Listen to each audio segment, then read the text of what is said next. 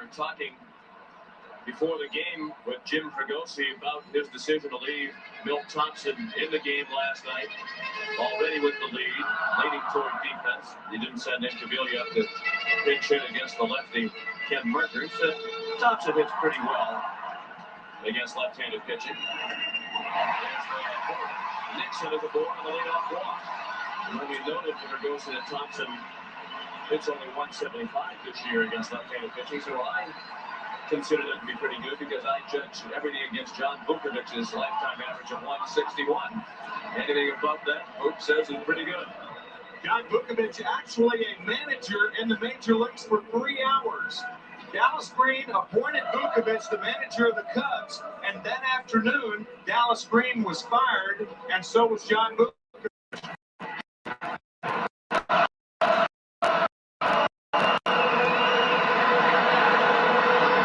Nixon at first, tying run at the plate with nobody out in Atlanta 6. Jeff Blauser sliced one foul. Yeah, I got a little internet problems, so signaled and sorry. Out.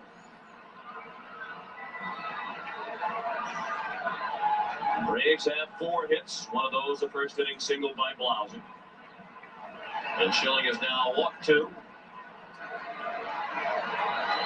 Nixon held on by Kruk. Schilling has thrown 89 pitches today. He threw 136 in game 1.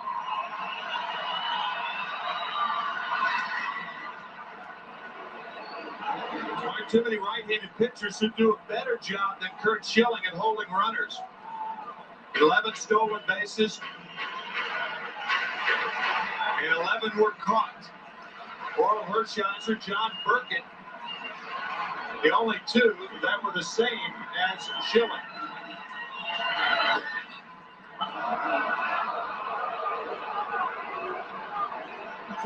That's as far as right-handers are concerned. Jimmy Williams through the sides.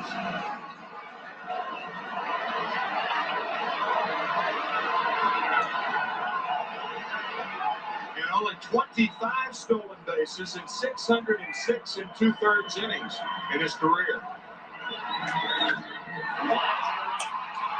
Dykstra and Chamberlain on the run, and Dykstra makes the catch on the warning track. And Nixon returns to first with 1 out.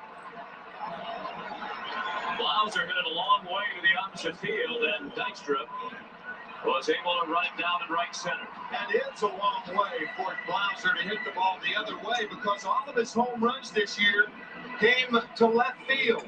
So he's not used to producing that kind of power the other way, and it's run down by Dykstra. For the first out of the 6th, Philadelphia leads 2-0. Here's Ron Gant, who had an infield single in the 4th, a smash that he hit down the third base line that was backhanded by Hollins. Pass to Hollins again, this time a double play ball, they double clutched. And as a result, they get only 1. Nixon erased 5-4. And with as well as Gant runs, it might not have been a double play opportunity, even if Hollins hadn't double pumped. For those of you who might just be returning home, the Phillies scored first in the first inning. Mariano Duncan singled with 1 out and scored from first on a double to the right field corner by Kruk. Then Ron Gant couldn't catch a fly ball up against the wall in the 4th inning. The ball hit by Pete Cavilla. He wound up at third on the Gant error and scored on a sacrifice fly by Wes Chamberlain. Fred McGriff, the tying run at the plate. With 2 outs in the 6th, 2-0 Phillies, 1 ball on McGriff, who singled to right in the 1st, his 9th hit in 5 games in this series, and he flies up to the 4th.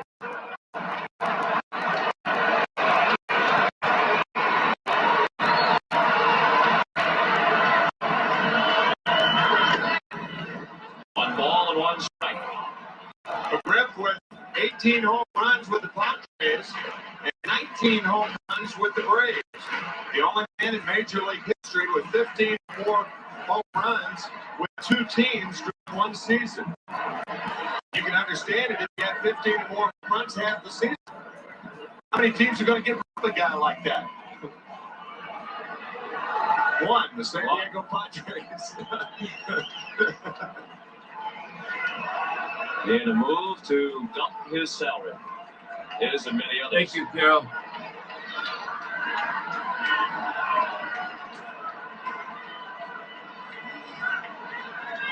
Think of the team that San Diego would have if they kept just some of the guys who've gone elsewhere. You look at the field today. McGriff, a former Padre, as is John Kruk and Dave Holland. Other former Padres, Gary Sheffield, Carlos Baerga, Roberto Alomar, Joe Carter.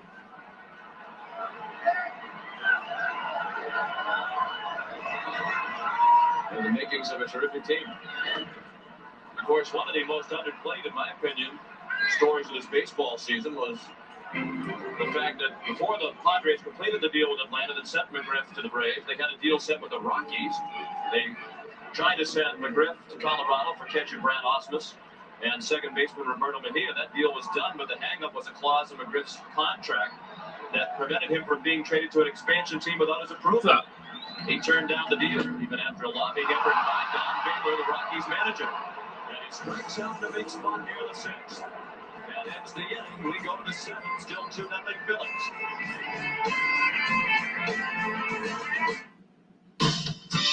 Not so complicated, as simple as can be. You're always a comfort to set my spirit free. Oh, you're a part of me, that's the heart of me. Dr. Pepper, you're a part of me. Dr. Pepper, you're a part of me.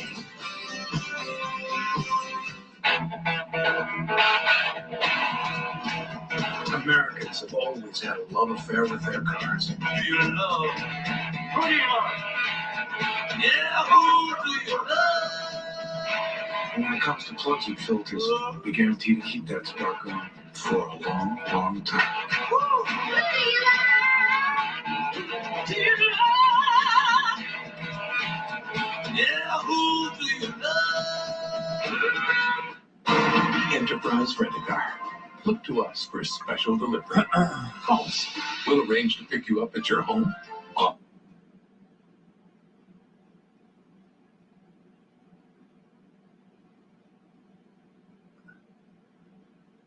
How far you go, and my Dr. Pepper and your local Dr. Pepper Butler.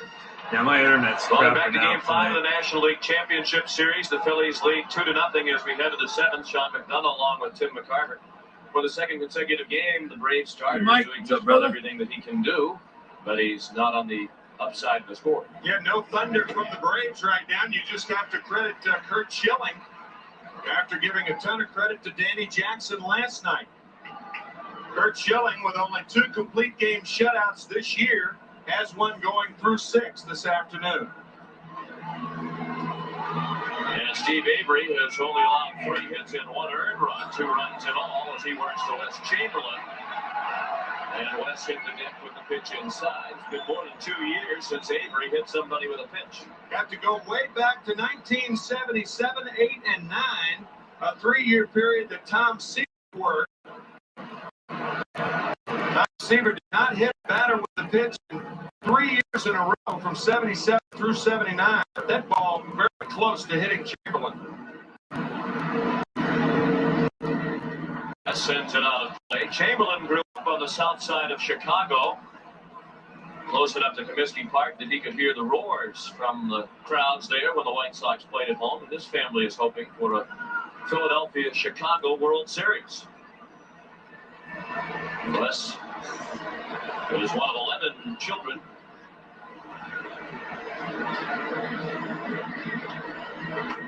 One of his siblings, his younger brother Nathaniel, was shot to death in January of 1990 on a street in Chicago, a slaying that never resulted in a conviction. Wes used to go to Comiskey Park with his older brother Essex and watch the White Sox. Essex is said to be praying for the Phillies White Sox World Series. 2 balls and 2 strikes on Chamberlain.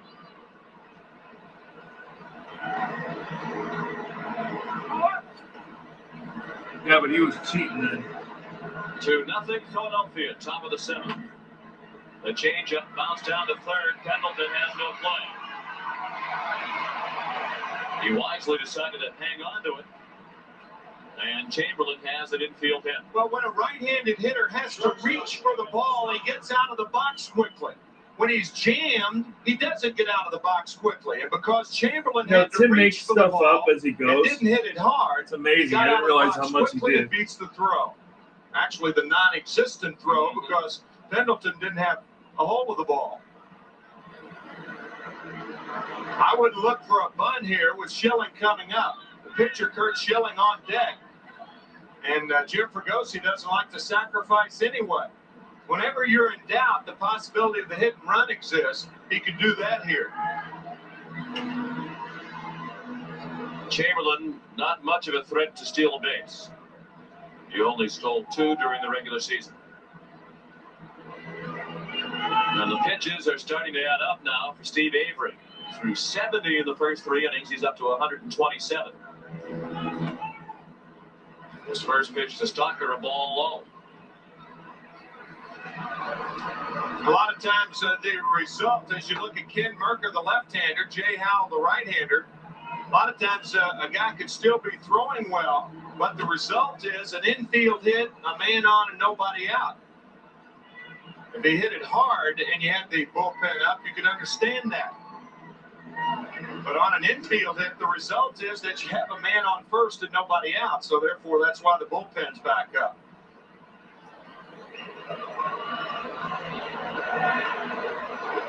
The infield hit by Chamberlain, just the 4th hit for Philadelphia. The hits are even in this ballgame at 4 apiece.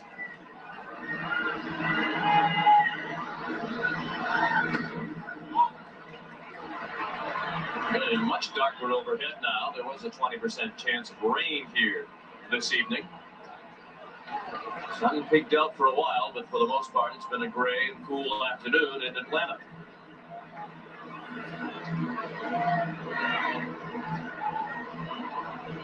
Two 2-0 on Stocker.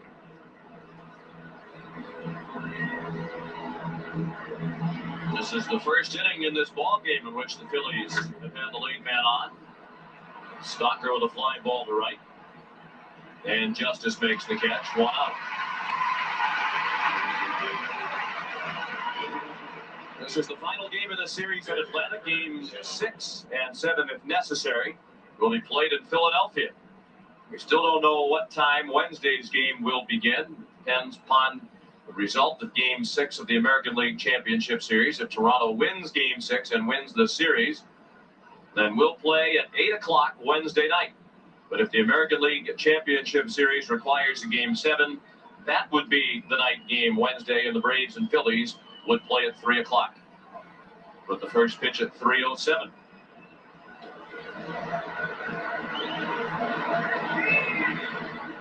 Schilling bunts. Avery goes to first. The lefty covering. It's a sacrifice.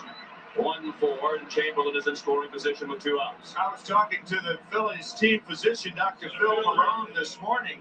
And, of course, not only is one of his accounts the Philadelphia Phillies, but he has a regular practice in Philadelphia. And he called his office yesterday and said, if Toronto wins on Tuesday night, cancel all my appointments Wednesday.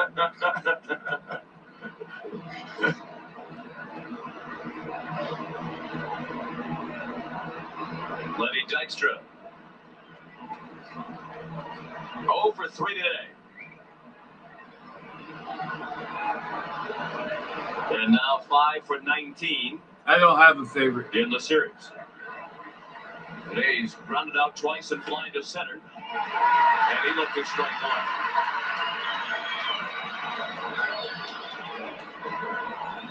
1. See him nodding his head. Terry Crawford appeared to say good pitch, although it's tough to read his lips with the chew going at full velocity. Take an unusual lip reader to Yeah. read Lenny's lips. On the ground, right and lefty. He spotted it and threw out Dykstra. 7-inning stretch at Atlanta Fulton County Stadium. The Phillies 2, the Braves nothing.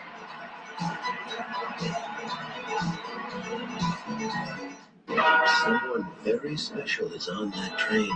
That's why you're driving a Buick LeSabre. You love its powerful V6 engine, anti-lock brakes, and steel safety cage body unit. But you bought LeSabre for the dual airbags. One for you, and one for that very special person who sits next to you. LeSabre from Buick, the new symbol for quality in America. Fooled you. Now see if you're any better at guessing which is the real thing and which is Hitachi Ultravision. Too tough to call? That's because of Ultravision's ultra clear, ultra sharp, and ultra bright picture. Hit it! Okay! Ultra clear! Ultra sharp! Ultra bright! Ultra vision! Maybe she wants my autograph. Maybe! Yeah! Ultravision. Only from Hitachi. What's new from Xerox? Xerox Extreme 450 antifreeze and a new 4-year guarantee. If your kid's just starting.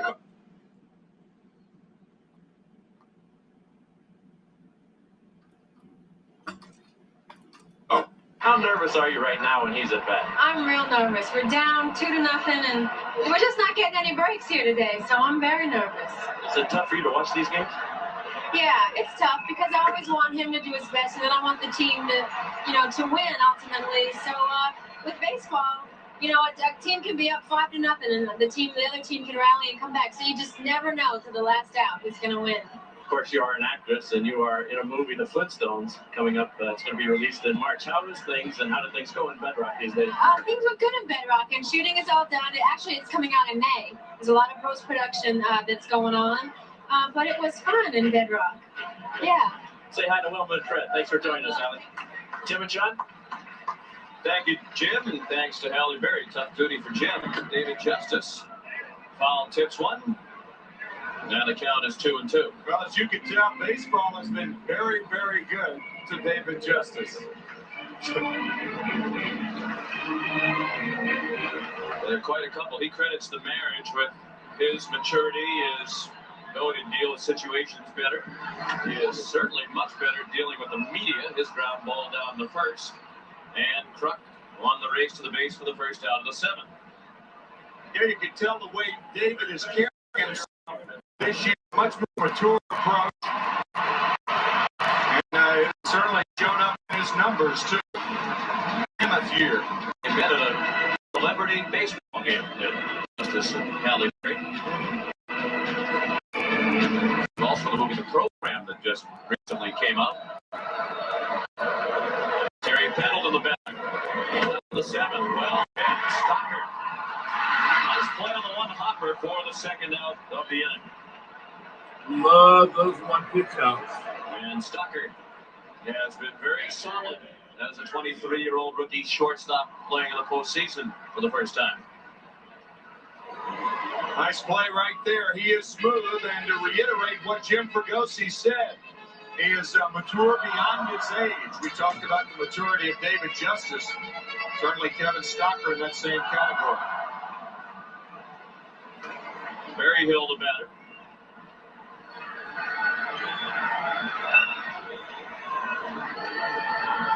Stocker was caught off guard when he was called up from AAA in early July. While playing for Scranton Wilkes-Barre, he was at his apartment in the Scranton area, got the phone call 11 o'clock at night. He realized in the middle of the night that his luggage was on the team plane, the Scranton Wilkes-Barre team, ready to leave on a road trip the next morning. They sent their luggage out to the airport after their home game the night on which Stocker got the call that he was going to the big leagues. So he had to get up the next morning and race to the airport to get his bags before his AAA teammates, his former mates as it turned out, left on their road trip. Then he drove to Philadelphia, said he only got lost twice on his way to the bed. A nice diving play on a line drive by Damon Berryhill, and Schilling works a very quick 1-2-3-7. 2-0 Philadelphia. 1993. Driver, do you have any Bud Light in your vehicle? Yes. And I am Mr. Galliwikich. You mean Dr. Galakowitz? Yes, I am. This is so cool.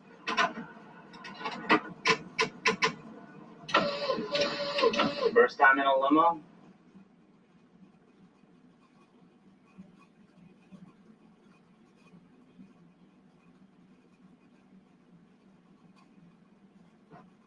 that knocked in Mariano Duncan. The second run came on a sacrifice fly by Wes Chamberlain, who has 2 outfield assists, the league championship series record in this ballgame. Kurt Schilling has pitched 7 shutout innings. Steve Avery allowed only 1 earned run over 7. But as we go to the 8th, the Braves have a relief pitcher on the mound, Kent Merker, who worked last night.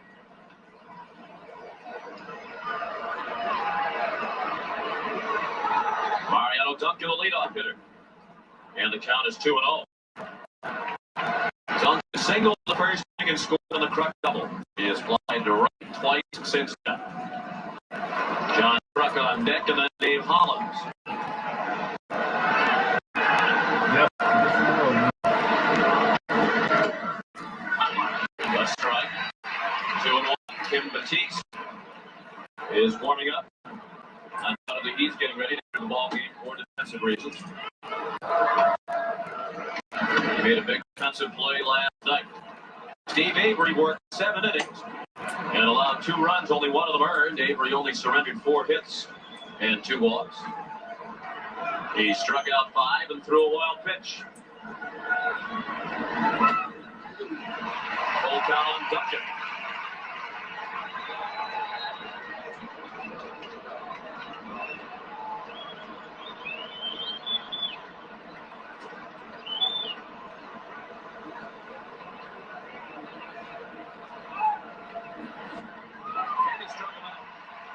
Pitch low out of the strike zone. At the conclusion of today's game, Tim McCarver and I will select the Chevrolet Most Valuable Player of the game. Chevrolet will donate $1,000 in the player's name to the Special Olympics. John, as this series moves along, it's starting to bear a strong parallel to the 1960 World Series when Phillies Pittsburgh played the New York Yankees. John Kruk, the batter. In 1960, the Pirates won at home 6-4. The Phillies won at home 4-3. Then in Game 2, the Yankees won on the road 16-3. Game 3, the Yankees won 10-0. In Game 4, the Pirates beat the Yankees 3-2, and they also won 5-2 in Game 5. So the scores alone are starting to go similarly to that 1960 series, which was unbelievable. The Yankees outscored the Pirates 55-27.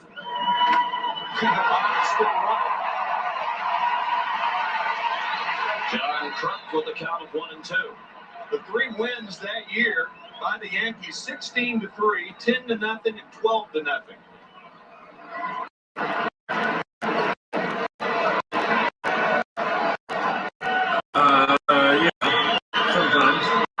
Depends.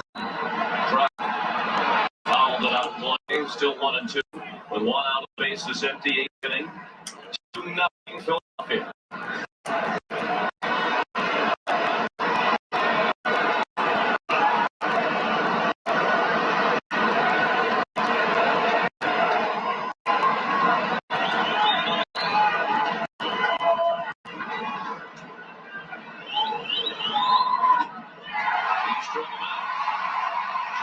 He mentioned the Kruk's problem last play was his head flying off the ball, and that certainly appeared to be the case on that swing.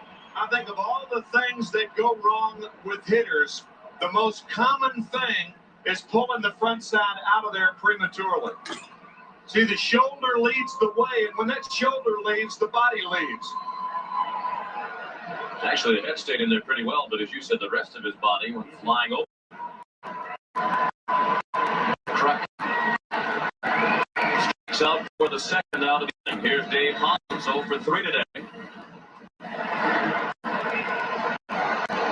At the moment, the Phillies have the slight upper hand in the series, despite much from Hollins and Dalton. Bowser on the move. And the Phillies go over the 8th after 7.5. 2-0 Philadelphia.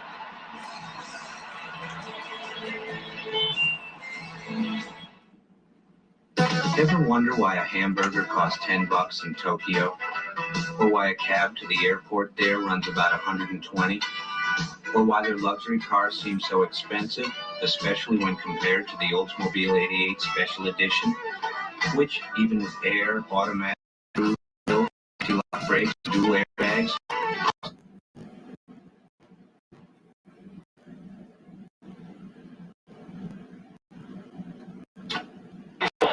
Hey, Charlie. As expected, Kim Batiste entered the ball game at third base. The Phillies trying to shore up their defense with a 2-0 lead in the eighth. Tim, I'm a bit surprised that along those lines, Pete Incaviglia is still on the ball game in left field. I am too, especially with Sanders on deck. He's going to pinch hit for Merker, so Merker's out of the game. Jay Howe's warming up. Jim Fregosi leaving him in there, so he'll hit in the ninth inning, but he may be hitting against the right-hander. Bill Thompson, the guy who pinch hits and plays against right-handed pitching all year, and is a much better defensive player. Breaking ball missed to Lemke, 1-1.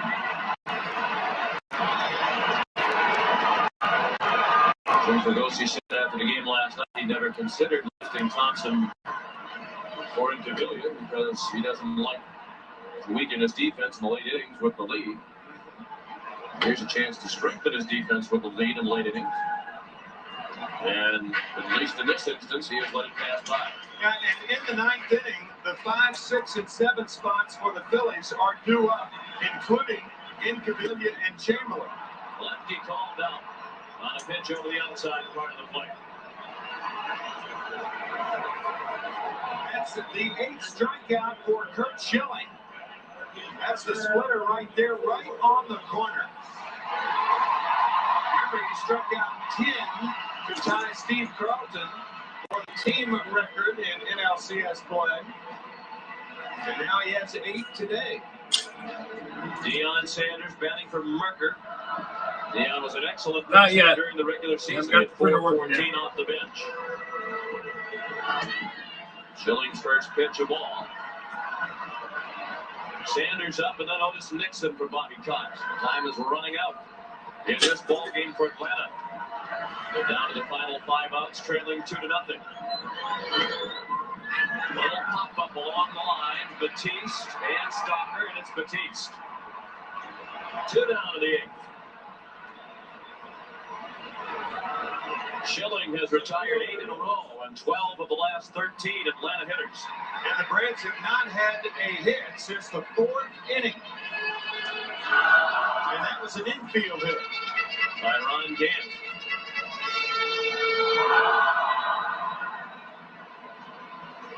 Now Otis Nixon. 0 for 2 with a walk his last time up. 1 strike on Nixon.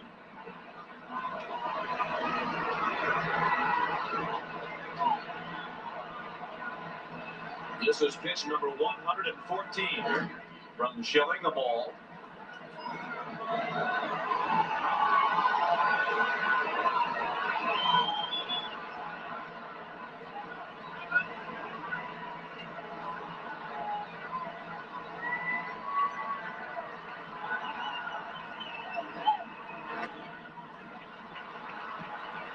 One ball and 2 strikes.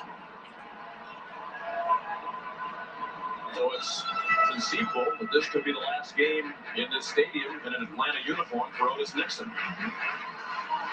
It's an option year in his contract next year, and it's Otis's option. He hasn't decided yet whether he'll exercise the option. Even if he does, it's still possible that the Braves could trade him. John Sherholtz, their general manager, has said that he won't decide if the Braves can continue to live with Deion and Otis and the controversy that goes with it. That's the decision to be made in the offseason. Well, they're trying to balance things out. Remember, if the Braves do lose this game, that will put them in the same situation they were in 1991. They went to Pittsburgh, and the Pirates didn't score a run. The rest of the LCS, Avery shut out Pittsburgh 1-0, and Smoltz 4-0. Down the line, Incaviglia couldn't get it. And he goes up and over into the Philadelphia bullpen.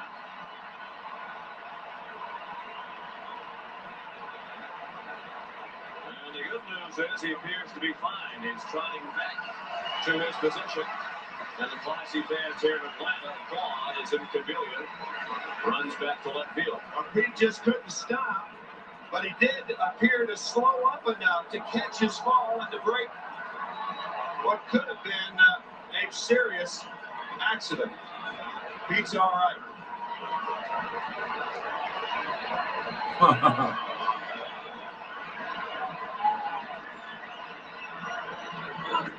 Strike three. Another 1-2-3 inning for Schilling. He has struck out 9. On to the ninth, 2-0 Phillies.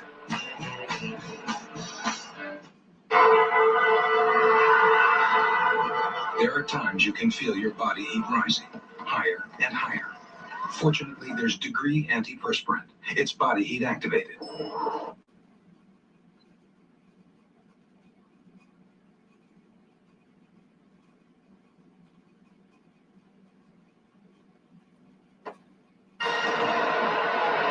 We go to the ninth in Game 5 of the National League Championship Series. Philadelphia with a 2-0 lead.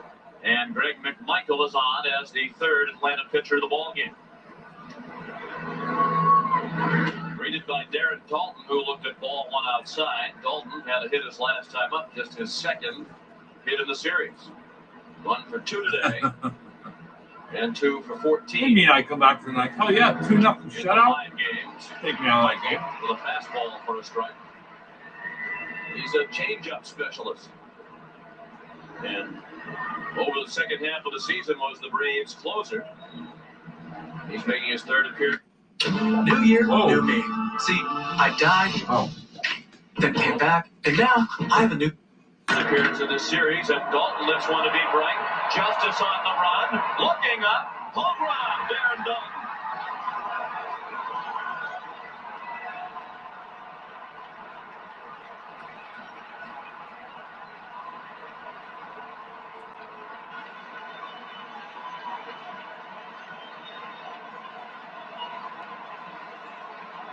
Dalton's first home run and first RBI in the series. And the Phillies lead 3-0. A little more breathing room for Curt Schilling in the ninth. Dalton has been on base 7 times in the last 2 games. It looked like he was looking for the changeup up in the zone, and he went 149 immediately. Game 5 of the World Series in '93. Continues to struggle. McMichael making his third appearance in this series. He's pitched 2 in the third inning, and has now given up 3 runs on 6 hits. And Cavalia's fly to right, handled by Justice for the first out. McMichael appeared what would be considered mop-up duty with the Braves way ahead in Game 3. We speculated that perhaps it was designed to get his confidence back, and it didn't because he gave up a run in that outing in an inning of work. Leo Mazzoni said no, it wasn't designed to build back his confidence, but it was intended just to prevent him from going more than 3 days without throwing. Chamberlain, the batter, he had an infield hit his last time up, had a sacrifice fly back in the 4th, then knocked in the second Philadelphia run. West struck out in the second against Steve Avery.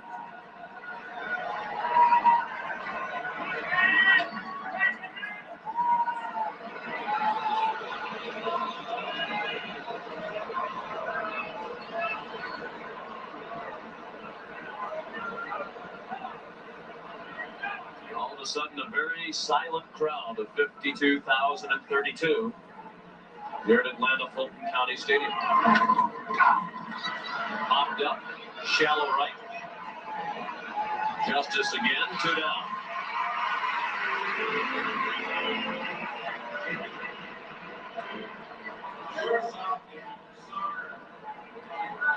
I think the crowd showed up this afternoon a bit tentative to begin with, and then they see all the good defensive plays by the Phillies in the first 2 innings. A chance to score, Blauser cut down at home on the relay, Chamberlain, Stocker, Dalton, and then Chamberlain again in the second inning, nailing Damon Berryhill to end the inning, trying to stretch a single to a double.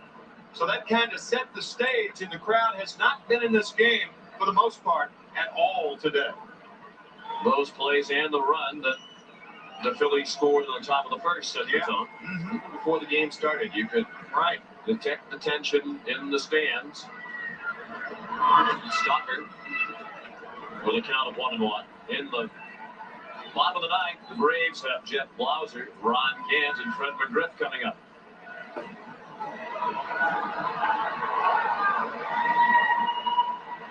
And Jerry Crawford's going to call like 7 different strikes balls. 1-2 on Stalker, who's 0 for 3 today.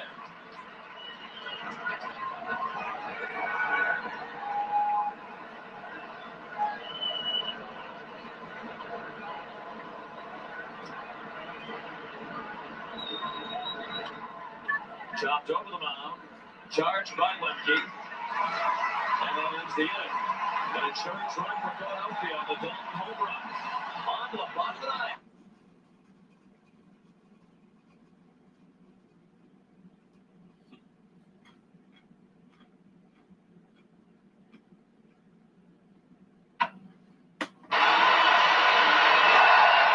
Defensive changes, as you might expect for the Phillies. Milt Thompson is now in the game in left field. And Jim Eisenreich is in right. Perhaps surprising that Eisenreich didn't bat for Chamberlain in the last half inning with the right-handed pitcher Michael on the mound. But he's in the game now. Here's Blauser. Braves batting in the ninth, 3-0. Kurt Schilling. Right down the middle. You would have thought coming in he'd be hard-pressed to top his performance of Game 1. But to this point, he has. He has shut out the Braves on 4 hits while striking out 9. 2-0. Schilling has now thrown 121 pitches. And should he falter, Mitch Williams will be ready in the bottom of the ninth. And the one thing Schilling doesn't want to do is get the crowd in the game. Then it becomes much more difficult to concentrate. They're up on their feet right now. Getting themselves out of the game. Very close and ball on the ball. Horrible. Ordinarily, when pitchers are around the plate all day long, as these two starting pitchers are, you get those pitches.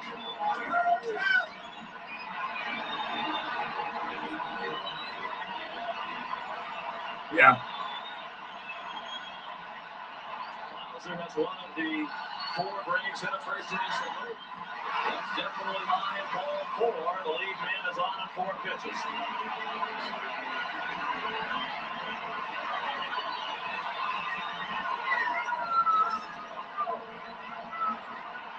No Phillies pitcher has ever thrown a complete game shutout in a postseason game.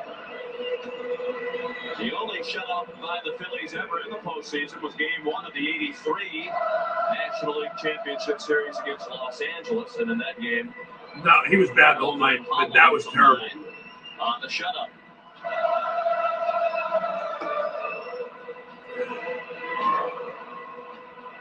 Tying run is still in the on-deck circle as Ron Gant digs in. Well, now let's get a double play, right? Run by Dalton. Looms large now. Gant would have had the chance to tie it with one swing of the bat were it not for the Dalton home run. His one hit today, an infield single to 4. And that is the most recent hit for Atlanta. They had 2 hits in the first, 1 in the second. The infield hit by Gant in the 4th, and they have not had a hit since. John Krug behind Jeff Blauser at first base. All the Phillies want is 1 out. They'll take the double play naturally, but they're looking for 1 out here. They don't care whether Blauser steals or not. Schilling Watch retired this. 9 in a row before the leadoff walk to Blauser.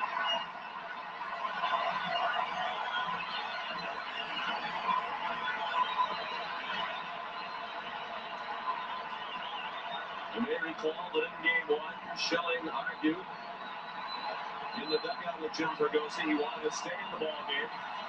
Fergosi wouldn't let him when the pitch count got high. He has let him try to finish the ball game today. Foul ball out of play to the right. The ball and 2 strikes on Gant. And Fred McGriff will bat next. Tommy Green on the left. He'll be the Game 6 starter for Philadelphia.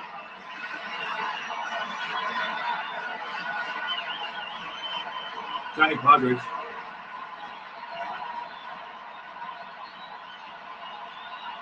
The 1-2 again. He tied him up. A little pop up near the dugout. It'll be a couple of rows back. I guess what controversy has arisen in this series is whether Tommy Green should have been the starting pitcher for the Phillies or Curt Schilling. I think it's pretty clear that Jim Fregosi made the right move starting Schilling.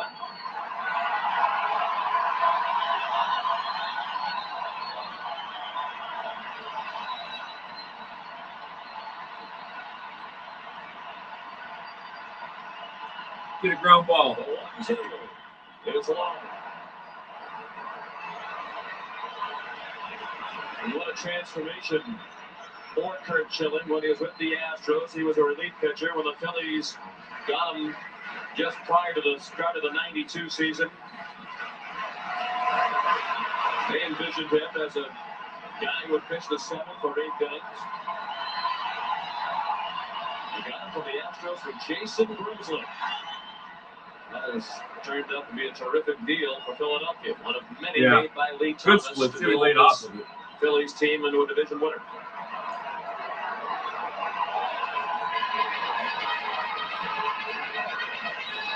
Two balls and 2 strikes on Ron Gant. Blauser at first with nobody out in the bottom of the 9th. The Phillies lead Game 5, 3-0. The series is tied at 2 wins apiece. Oh yeah, we met 2 years ago. Now the 2-2.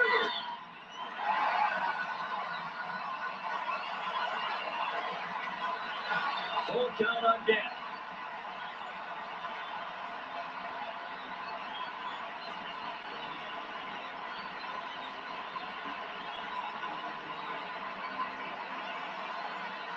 I don't think I'd send Blauser here.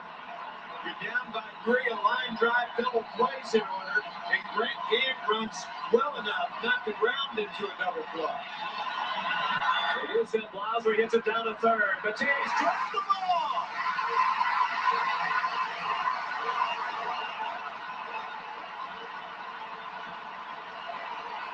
Double play.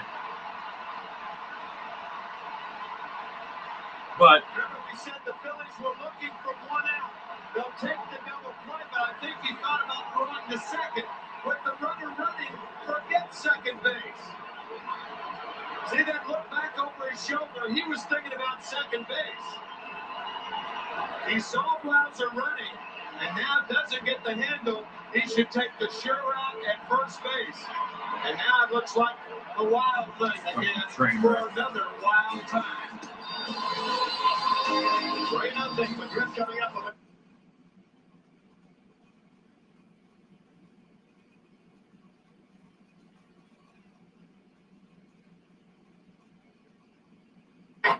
And now he gets set. So he knew Blauser was running. If that's the case, why did he think about throwing the second base? The play clearly should have gone to first. He had a double The play. inexperience of the young Batiste right there. So once again, Schilling will have to watch and agonize from the dugout as somebody else tries to finish a masterpiece that he started. The tying run. Oh yeah, he would have had it. Was a smart hit. On to face Fred McGriff. First pitch, hammered up the middle. Blauser comes around to score the first Atlanta run. Gant to 3rd. It's 3-1 Philadelphia.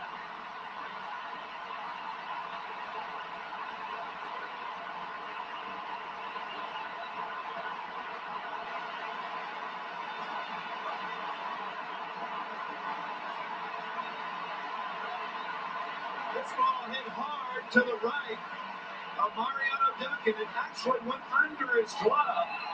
And McGriff comes through again. He made it easy not to like him. Has had a roller coaster ride. This is the 3rd game in which he's been inserted in the series for defense. He's made an error in 2 of those 3 games. And of course, last night he made a terrific play to help save Williams and the Phillies. Tying run at first, winning run at the plate. David Judge is the batter. He lifted ball one inside. He's 0 for 2 with a walk.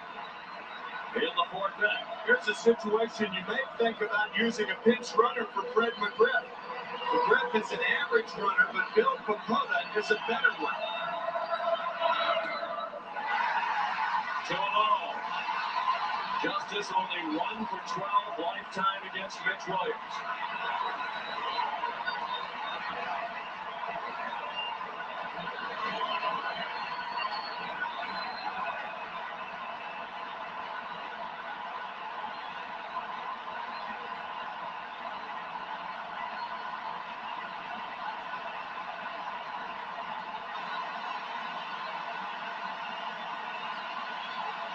No, he didn't have that. Not one you mentioned. The run in this inning charged to Schilling. He walked the leadoff man, Blauser. Then with Blauser running on a 3-2 pitch to Gant. Gant hit a ground ball down to third. The Batiste booted for an error. Then McGriff signaled at Blauser. And Williams is in with his first strike to Justice. 2 balls and 1 strike. Justice to be followed by Terry Pendleton.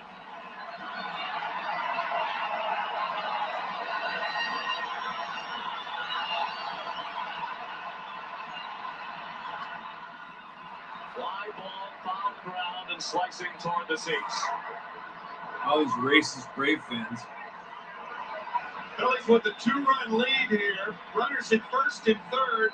And as far as the Phillies are concerned, there is only a runner at first. You forget about the runner at third. You don't even think about it. Play it like it. You have a 1-run lead with the runner on first and nobody out. That was horrible. He never improved. He was the same pitcher when he was done when he wasn't when he started. He fought off the tough pitch inside. He had 42 saves that year. He never came into a game with a tying run on base. A similar message that Jim Wilson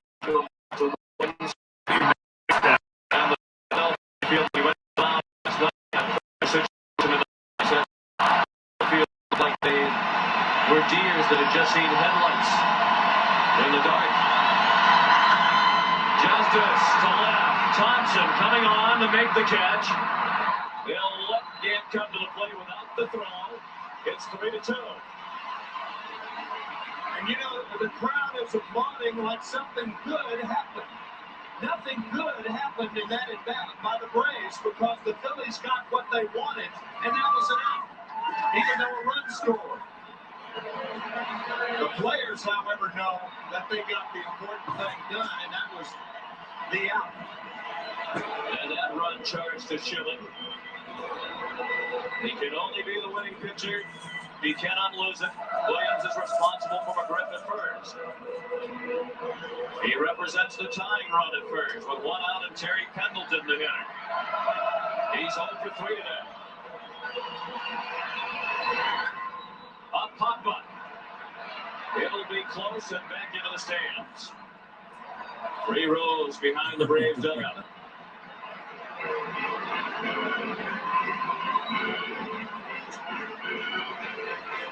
I think it's even more imperative to use a pinch runner now for McGriff. You have 1 out, you have a gap hitter up there. Third base with 1 out becomes imperative. A ground ball up the middle, and Bill Pecota would have a better chance to go to third than Fred McGriff.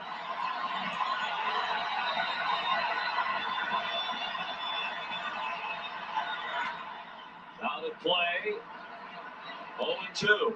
You might be thinking, well, what if the Braves get into extra innings? Wouldn't McGriff be valuable? Well, certainly, but you've got to tie it before you can win it.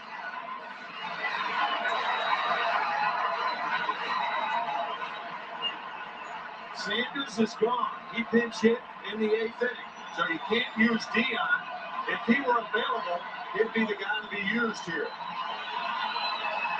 The 0-2 finish.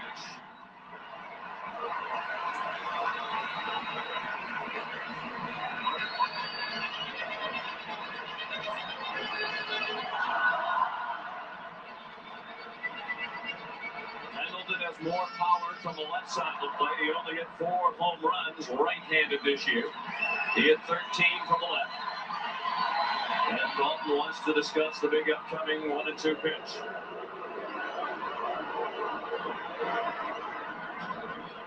Francisco Cabrera has moved into the on-deck circle, the bat for David Berryhill.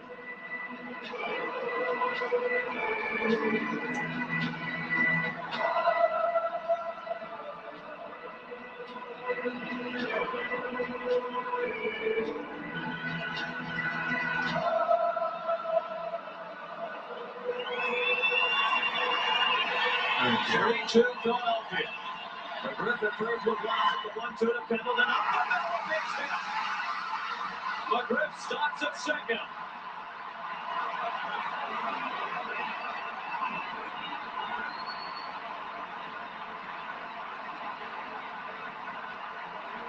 I don't think you can say with any surety that Bill Pecota would have been on third base, but I think he would have had a better chance to be on third base. But McGriff has to stop at second base. And Cabrera will bat for Berryhill.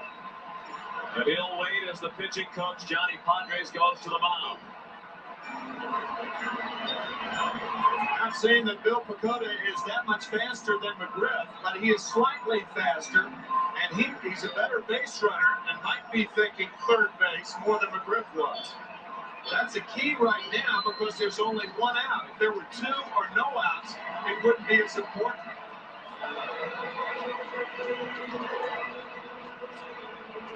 The tying run is at second, the winning run at first with one out. 2 runs in for Bobby Cox's team in the bottom of the ninth. And here's Cabrera. He's been used twice as a pinch hitter in the series. He's 1 for 2.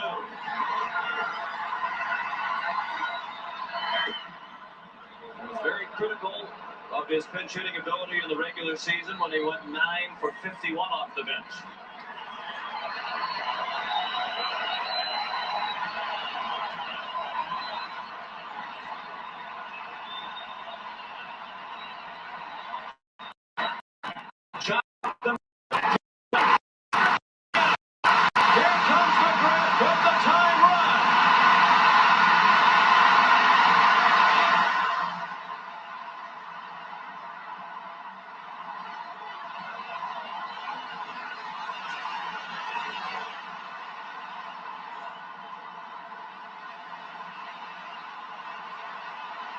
Francisco Cabrera, the hero of Game 7 of last year's League Championship Series, has knocked in the tying run in Game 5 of this LCS. It appeared for a second that Stocker was going to corral this ball, and then at the last minute, with that overspin, it hopped into center, and Pendleton goes to third.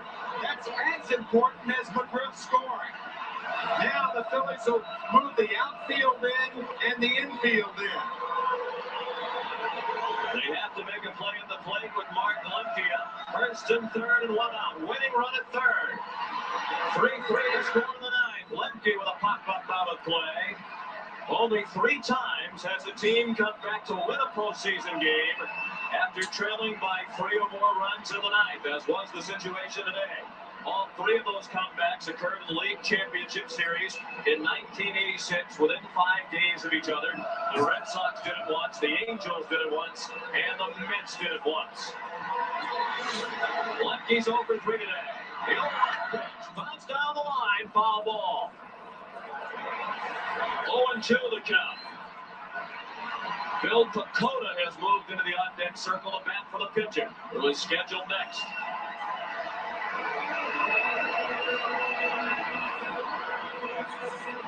I think we're finding out why Bill Pecota didn't pinch run for Fred McGriff. All the other pinch hitters that Bobby Cox has are left-handers. Sid Bream, Tony Tarasco. Williams could desperately use the strikeout. With the count 0-2, he went to first to keep Cabrera close. Yeah, but why? I mean, if you overthrow first base, what's the reason to throw to first base when insignificant runner's over there? Cabrera's not going anywhere. 3-3 in the bottom of the ninth. The 0-2 to Lemke. Up and away.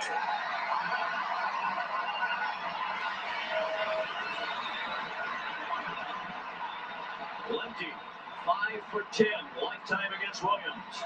He had the long drive to the wall that Thompson made the great catch on Williams yesterday. The 1-2 pitch. Williams went for the breaking ball and missed.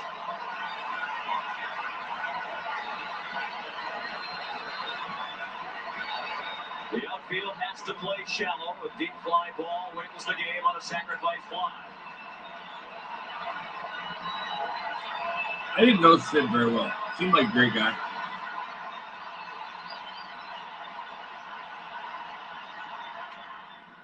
Foul ball. You notice how Williams is making Limpy reach for balls off the plate. You don't know whether that's by design because Williams is a wild pitcher, but he does have a spot for him. If he elects to walk him, then you pitch to the pinch hitter, Bill Pecota.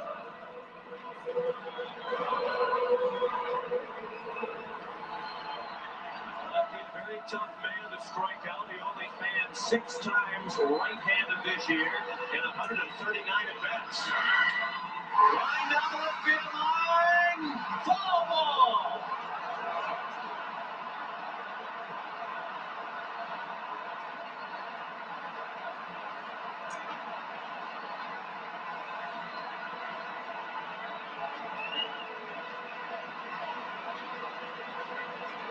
The Braves were that close to victory.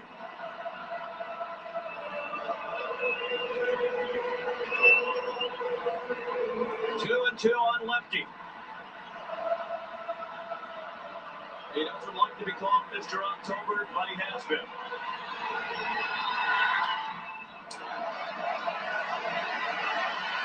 The Braves have scored 3 to tie him here in the bottom of the 9th. Then they have runners at first and third with 1 out. The infield and outfield is Philadelphia. You see many pitches if you're Mark Lemke zeroing in on the strike zone. I think if Williams gets him out, it's going to be out of the strike zone.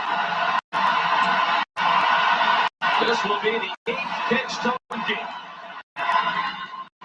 He struck him out.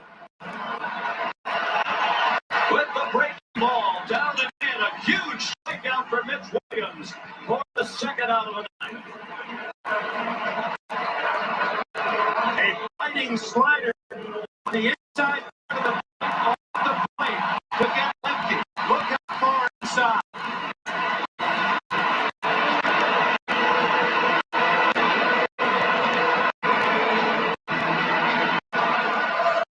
Now Pecota, who had a pinch hit single off Williams last night.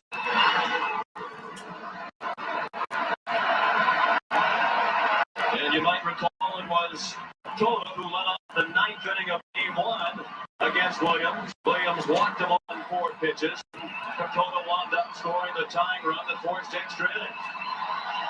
The Breaker takes off for second. They let him go as Pecota looked at a ball.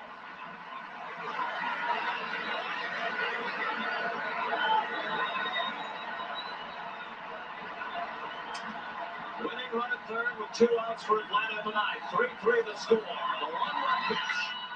Fly ball should be caught. Dykstra. And we go to extra innings. The Braves get 3, but the Phillies have.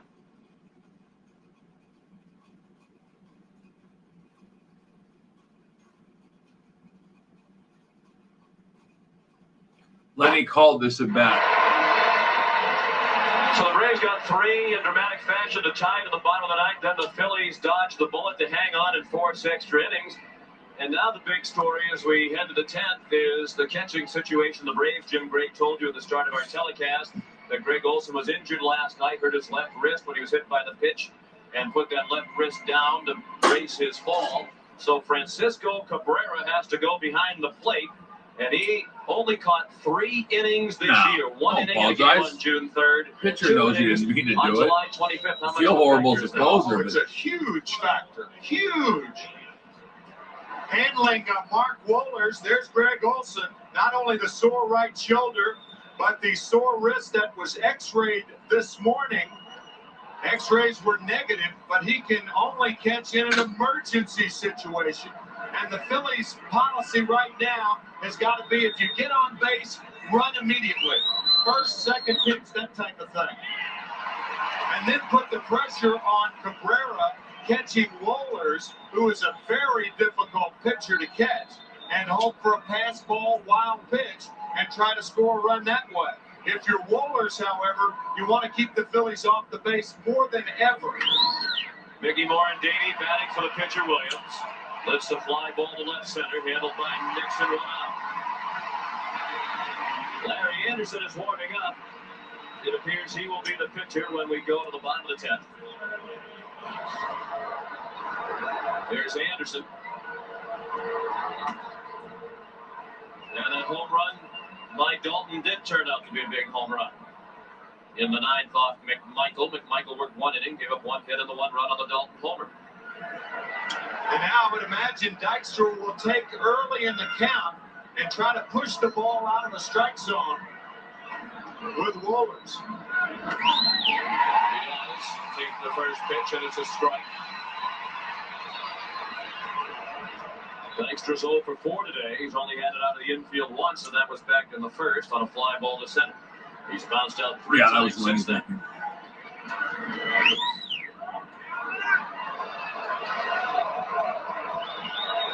That was 93 on the gun by Wohlers, who can get it up around 100.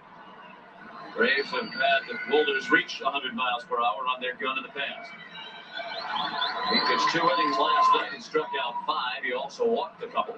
That's an example right there of the problems Cabrera's going to have. That ball's almost a strike and hit off the heel of the glove. And don't think the Phillies don't notice things like this if they can get on. Greg Olson unable to play with the wrist injury. The 2-1 pitch.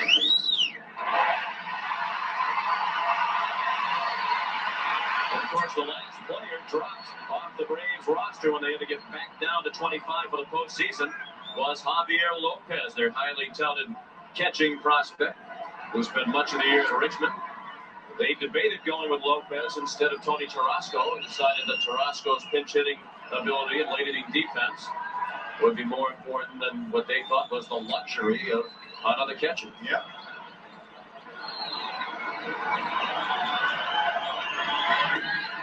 Just outside. Full count on Dykstra.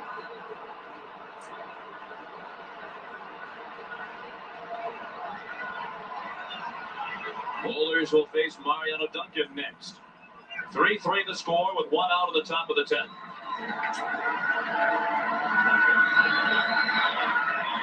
No.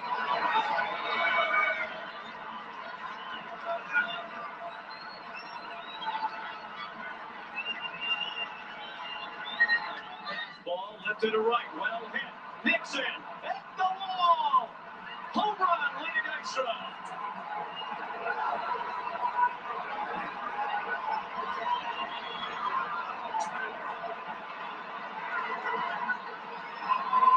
We showed you earlier that it was 7 years ago today that Dykstra hit a huge home run to win a league championship series game for the Mets against Houston. And here in extra innings, he puts the Phillies back on top 4-3.